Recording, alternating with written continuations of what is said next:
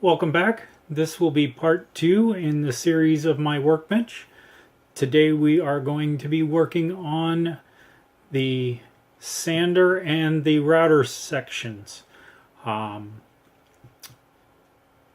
sander will be on a flip top and the router table will be inset into the top. So hope you enjoy. If you haven't seen part 1 of the building of the base of the workbench, I will put a link in the description below. I start by putting some upright beams to connect to the outer legs to support the flip top itself.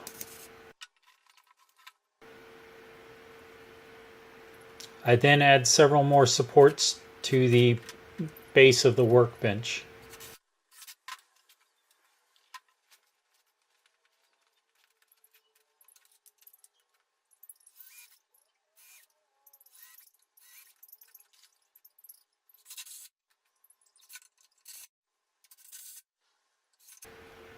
I'm now attaching the other support for the second leg for the flip top.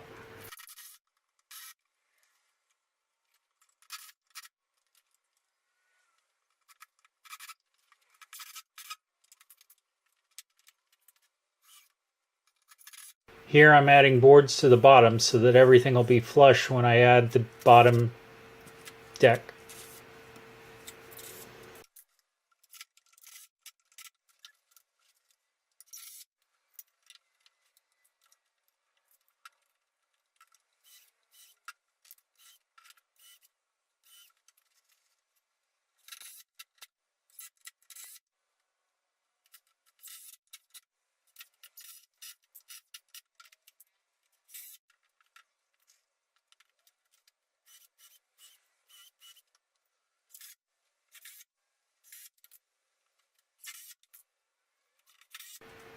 Here I'm mounting the bottom deck onto the workbench.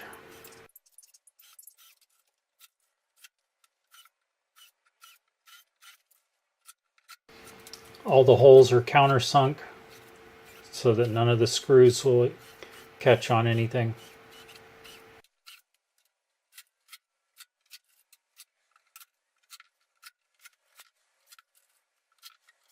This is where I begin building the first leg for the right side of the flip top table. I had a small gap of 1/4 inch that I needed to fill, so I added a small piece of plywood to take up the space of the gap.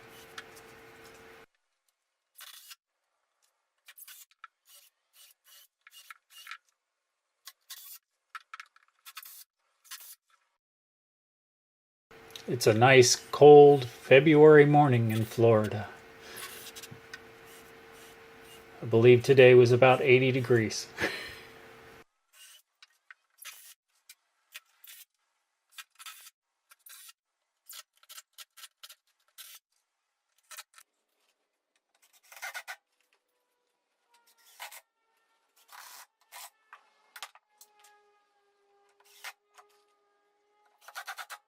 I go ahead and finish off the second side of the bottom deck,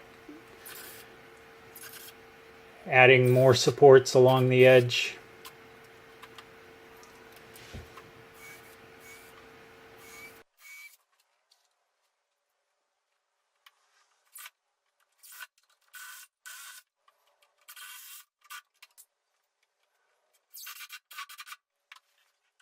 This will be the section for the router table.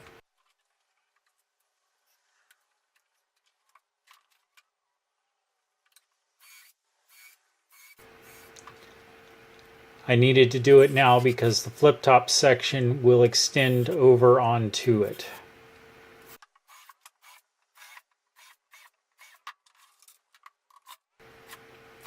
Again, mounting the bottom deck to the base, countersinking everything.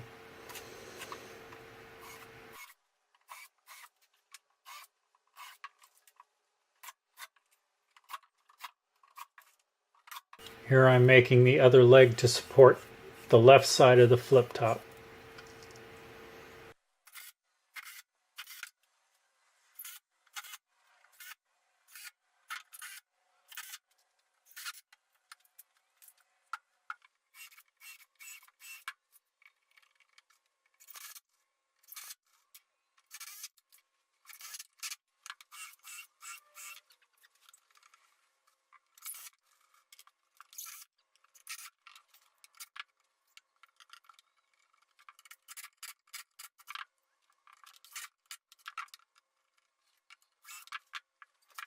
For some reason this section didn't want to cooperate.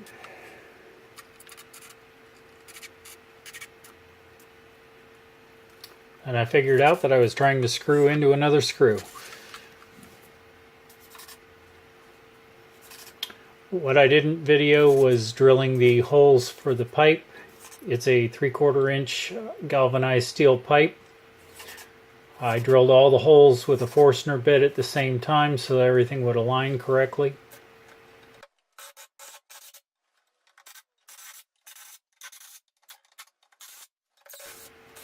I also built the flip-top section off camera. It's a couple of pieces of 3/4 inch plywood mounted to 2x4s, and the edge pieces 1x1.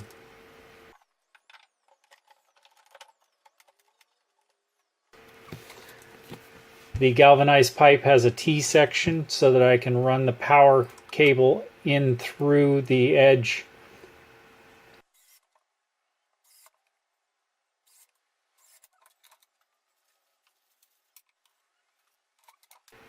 I won't bore you with the 18 times I had to take it off to get it to spin straight.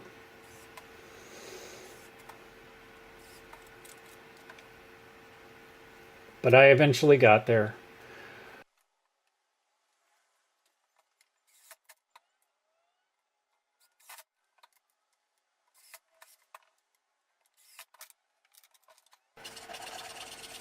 Now I'm cutting the excess of the pipe off.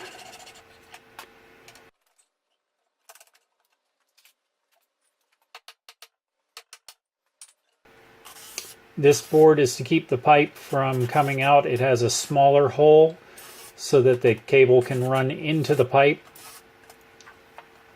but the pipe can't back out of the board. Here I'm drilling the extra holes for the power and pre-drilling some of the holes for the mounting screws for the sander itself.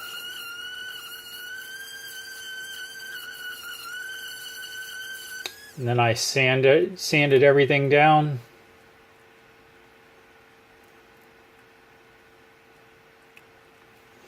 I also added these locks on both sides so that when the unit is mounted, it won't spin.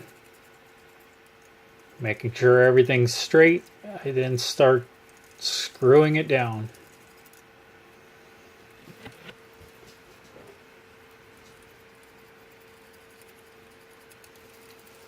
Sorry for the bad camera angles. Still learning how to do this stuff. And with everything finally tightened down, I'm able to try it out for the first time. I tied a knot in the cable so it won't pull back through. And I strip the wires and connect them with quick connects.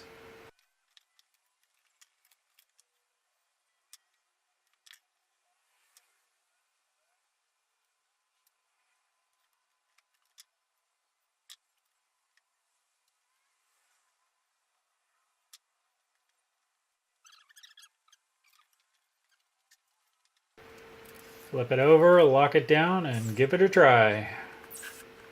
I'm now adding the support sections for the router table.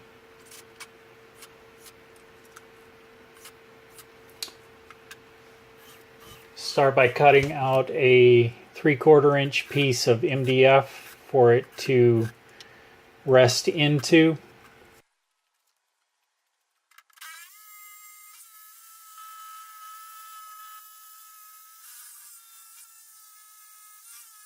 I got the dimensions by laying the router table upside down on the board itself so that I could get the exact curves.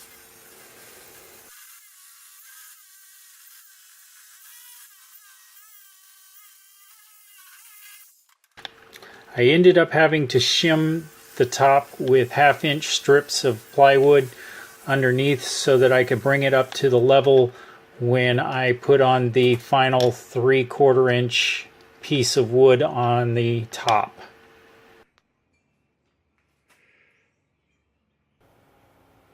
Well, thanks for watching.